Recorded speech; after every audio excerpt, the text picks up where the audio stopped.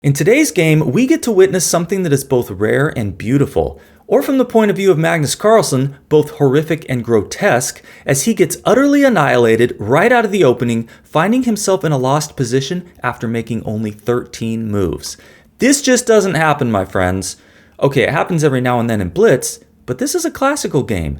How could the world's #1 player get so brutally dominated as if he were a mere beginner with so much time on his clock?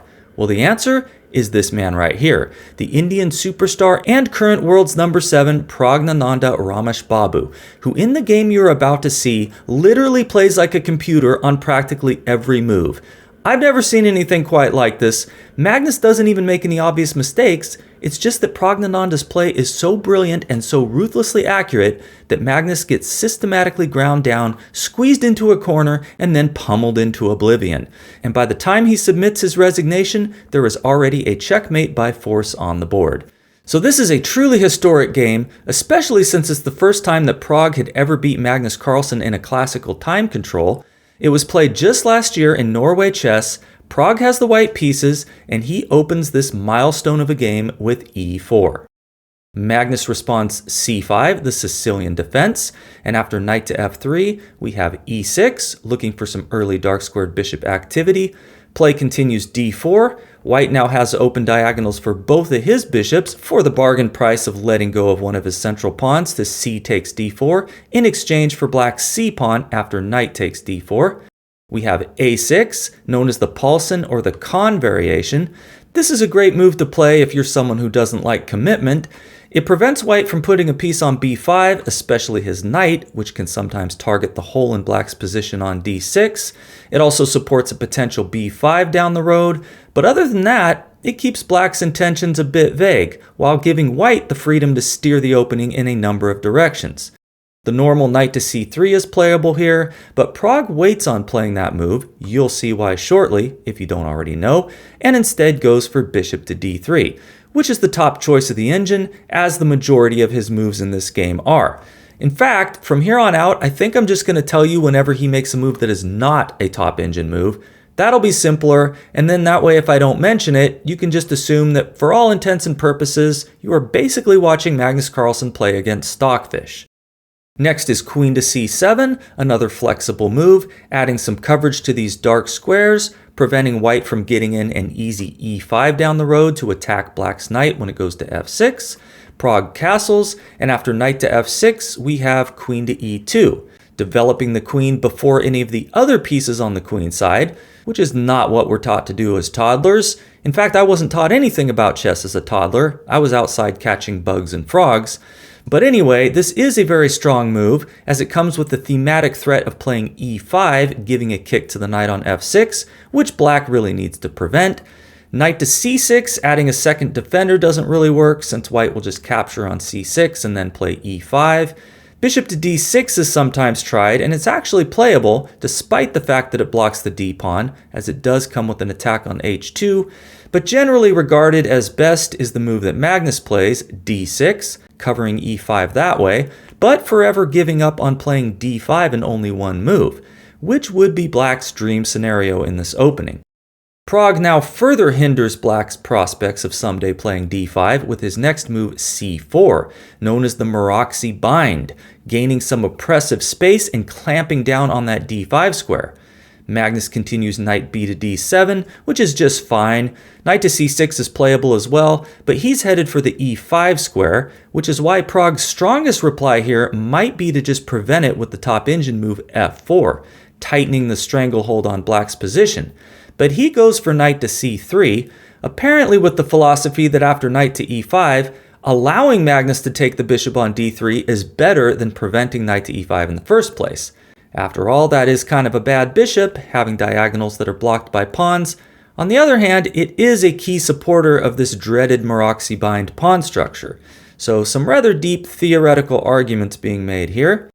Next is h3, which might look a bit odd to some, but it is a strong move. Pragg is preparing to possibly put his bishop on e3, where he does not want it to get harassed by knight to g4, with the threat of taking on d3 and then replacing the knight on e5 with another pony, hitting white's queen after it recaptures on d3, while also attacking c4. Magnus continues b6, preparing to fianchetto his light-squared bishop. And if you're wondering why this was played instead of bishop to e7 and castling, well, that's a very good question. Not exactly sure how Magnus is envisioning things playing out from here, but what's next is f4, attacking the knight on e5. The engine slightly prefers bishop to e3, prioritizing piece development, since this move f4 can be played at any time, and it might be useful to keep it in reserve. It also likes the move bishop to c2, just sacrificing the pawn on c4 so that white can hang on to the bishop pair. Feel free to try to make sense of that. I'm not seeing the compensation, but then again, I don't calculate at a rate of 3 million moves per second. I think I'm at about 2 moves per second. But anyway, after this move f4, we of course have knight takes d3, queen takes d3, and now bishop to b7, which looks quite natural, but it's a bit inaccurate. Why? Pause the video if you'd like to try to determine what the main drawback to this move is and how Pragg immediately goes about exploiting it. The problem is that bishop to b7 removes defense from e6, and so after Pragg's next move, f5, the e6 pawn is attacked twice and only defended once. Something must be done. Moving the bishop back to c8 would be a pathetic admission of failure and a horrendous loss of time, so black only really has 2 options. You can push the pawn to e5 or defend with queen to d7. Which move would you choose and why? Take a moment if you'd like. This is a trick question, so if you choose the opposite move from what you want to play here, there is a good chance you'll get the right answer. The correct move is e5, despite the fact that it surrenders control of the d5 square. This was not played in the game, but after knight to c2, rook to c8 attacking c4, and knight to e3 defending, while eyeing that newly formed hole on d5, white is still the better side, but he's never going to be able to permanently post a knight on d5 since black has 2 pieces ready to capture on that square. Now it is true that the d6 pawn is cosmetically very bad, being backward and weak, but black's bishop is defending and white doesn't really have a great way to try to win it. I suppose that after bishop to e7, he could try b3 with the idea of playing bishop to a3 to increase pressure, but after castles and bishop to a3, black can get counterplay with b5, attacking the c4 pawn, which is pinned to the inadequately defended knight on c3. So as ugly as this position initially looks for black, it's actually quite playable. Magnus, in the game, instead goes for queen to d7, as many of us would, keeping d5 defended by a pawn, and maybe even still dreaming of playing the move d5 one day. But incredibly, in this position, after making only 13 moves, the great Magnus Carlsen is already lost, as he now has himself a lost, aka losing position, if in the almighty engine we continue to place our unwavering trust. So how could this be? Well, Pragg is about to show us exactly how to punish this subtle transgression with his very strong response, the best move in the position, bishop to g5, threatening to take on e6, then take twice on f6, picking up a pawn. Bishop to e7 adds some defense. We have rook a to d1 getting lined up with the black queen, which is about to become quite significant. Now, if Magnus knows what's good for him here, then he'll just castle. When in doubt, play the obvious move. But he decides to try rook to c8, which makes his already losing position even more losing. This move does have some surface level logic to it, applying some pressure to the pawn on c4, but it has a major flaw, which rears its ugly head after Pragg's powerful response queen to e2, leaving only 2 pieces between the rook on d1 and black's queen. Now Magnus would love to get his queen off of that file, but unfortunately there's no way to do it without removing defense from the pawn on e6. Now if rook to c8 hadn't been played, he could play queen to c8, and his life would be much better, though still quite dismal. And just on the off chance that someone is wondering what happens if black just blissfully goes ahead and castles here, which Magnus of course does not, well then white has e5, and if d takes e5, we got knight takes e6 with the discovered attack on the queen, when you can see Bob very quickly becoming your uncle in real time. In the game, Magnus realizes that his only reasonable defense to the move e5 is to play e5 himself. But this is now much worse for Magnus than playing e5 earlier like he should have, because now Pragg is able to immediately remove a defender of d5 with bishop takes f6. And after bishop takes f6 and knight to c2, Now black has only one piece watching over d5, which means that after knight to e3, he will no longer be able to prevent a white knight from taking up permanent residence on that square. Magnus is gonna try though, and so begins with queen to c6, attacking c4. Now if b3 is played to defend, then black can just increase the pressure with the move b5, taking advantage of the pin on the c-pawn to the undefended knight on c3, which is why knight to e3 defending with the knight is best, leaving the c3 knight still defended by a pawn. It's noteworthy that this move knight to e3 does not block black's dark squared bishop on c1, as it did in the previous variation we looked at where black played e5. Here, Pragg has already had the chance to get that bishop out and trade it off for the knight on f6, which is what makes this so much better for white. Magnus continues bishop to g5, hoping to eliminate one of white's knights with bishop takes e3, which Pragg really shouldn't allow. Best for white here, not played in the game, is knight e to d5, keeping both knights on board for the very reasonable price of only a pawn after queen takes c4, when white can respond queen to g4, avoiding the queen trade while attacking the bishop on g5. So this was the most crushing way forward. Black's extra pawn really means nothing in the face of this well-supported beast on d5. In the game, Pragg decides to play king to h1, which might look a little bit strange, but I believe its main purpose is to prevent black from pinning his knight on e3 to his king with the move queen to c5. Magnus goes ahead with bishop takes e3, and after queen takes e3, he does not take the pawn on c4, since that would give white his choice of queen takes pawn on b6 or the move f6, which would probably be even worse, looking to open up lines towards the black king. Hence the move f6, preventing it. Next is b3, adding defense to c4. b5, increasing the pressure. C takes b5 would of course lose the knight on c3, so what's played is knight to d5, the strongest move, and the only winning move as a matter of fact, preventing Magnus from castling since that would run into an extended family fork with knight to e7 check. Now white's pawn on c4 is currently lacking adequate protection. B takes c4 is playable here and can lead to some complications that are well beyond the scope of this video, but Magnus is more interested in immediately addressing this beast of a pony on d5 and so plays queen to c5, threatening both a queen trade and bishop takes knight on d5. Pragg responds with his best move, queen to f3, avoiding the queen trade while eyeing the h5 square, which he will be visiting shortly. Magnus could take on d5 here, but he now decides to throw in b takes c4. Both moves are losing. Pragg plays queen to h5 check, again the best move in the position, forcing Magnus to play king to f8, which looks very sad. Now he'll never castle. His rooks remain disconnected. He would have loved to play king to e7 here, but white's knight is guarding that square, which is why it may have been more prudent to take that knight out on his previous move instead of playing b takes c4. King to d7 would of course allow white's queen into f7 with check. Now there is another purpose to this move queen to h5, which is not so obvious, but if you can spot white's best move in this position, then you will know what that purpose is. Go ahead and pause the video if you'd like.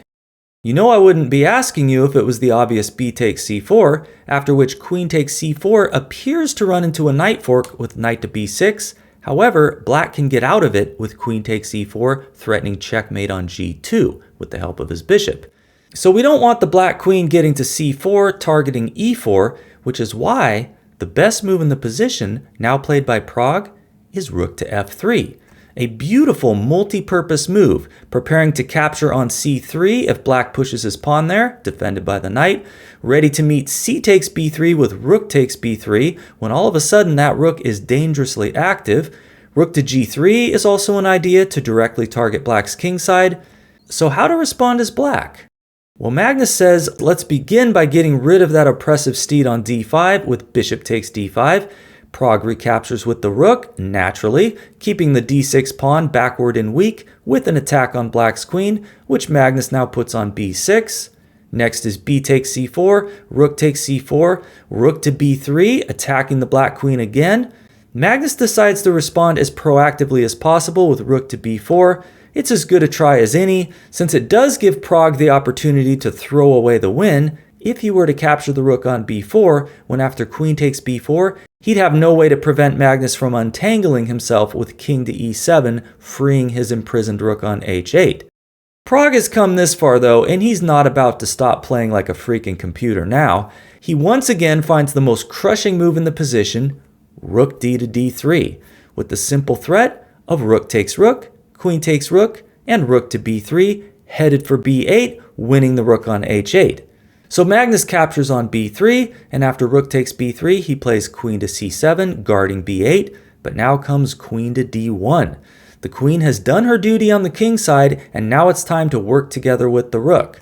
Now Magnus would love to play king to e7 or king to f7 to finally activate his rook, but then queen to b1 would come with the threat of rook to b7, pinning and winning his queen.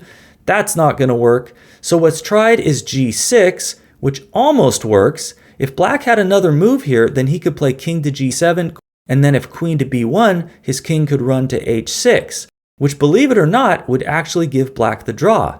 He is a pawn up here after all, so if he can get his rook into the game, he'll be sitting pretty. But Prague now plays queen to b1, just stopping king to g7 in its tracks, assuming black doesn't want to part with his queen. Magnus tries queen to c5, after which, if you're anything like me, your initial impression is going to be, hey, I can win a rook, with rook to b8 check, king to g7, queen to b7 check, king to h6, and rook takes h8. Only to realize that black can force perpetual check with queen to c1 check, king to h2, queen to f4 check, king to g1, queen to e3 check, etc. Prague is not about to miss something like that in the game, where after queen to c5, he plays rook to b7, confining black's king to the back rank while threatening to threaten mate in 1 with queen to b3. There's also the potential to move the rook somewhere along the 7th rank, threatening to force mate with queen to b8. Magnus tries g takes f5, opening the g file for his rook. Might as well. Miracles have been known to happen, but now we have a brutal move by Prague, king to h2. Okay, maybe the move itself is not exactly brutal, but the effect of the move is Prague is now free to move his queen up the board, abandoning the first rank without having to worry about that perpetual check beginning with queen to c1. And Stockfish is actually beginning to see a checkmate on the horizon now, saying that white has a mate in 27 moves if black plays queen to c8. Magnus plays his rook to g8 though, giving Prague a mate in 15 beginning with queen to b3, threatening that checkmate on f7. Magnus blocks with d5, but after rook takes h7, Magnus Carlsen has had his fill, and in this position, he resigns the game. Prague is threatening mate in 2, beginning with queen to b8 check, and there is no good defense. If queen to c8, then white has mate in 3, beginning with queen to b4 check. If queen to d6, guarding b8 that way, then there's queen to b7, threatening mate on f7, and there's nothing black can do. If rook to g7, there's queen to b8 check, king to f7, and queen to b7 check, picking up the rook on g7. Queen to e7 doesn't help, since after rook takes g7 check and king takes g7, there goes the queen, with checkmate coming in another 7 moves. So what a disaster for Magnus Carlsen. He did go on to win the tournament, so this was sort of a one-off, but if you were playing Guess the ELO here, what do you think you'd come up with? Stockfish versus your average grandmaster? Let me know in the comments. But that's it for now. If you enjoyed the video, consider subscribing to the channel. Don't forget to smash that like button. That always tickles the algorithm, and I will see you next time.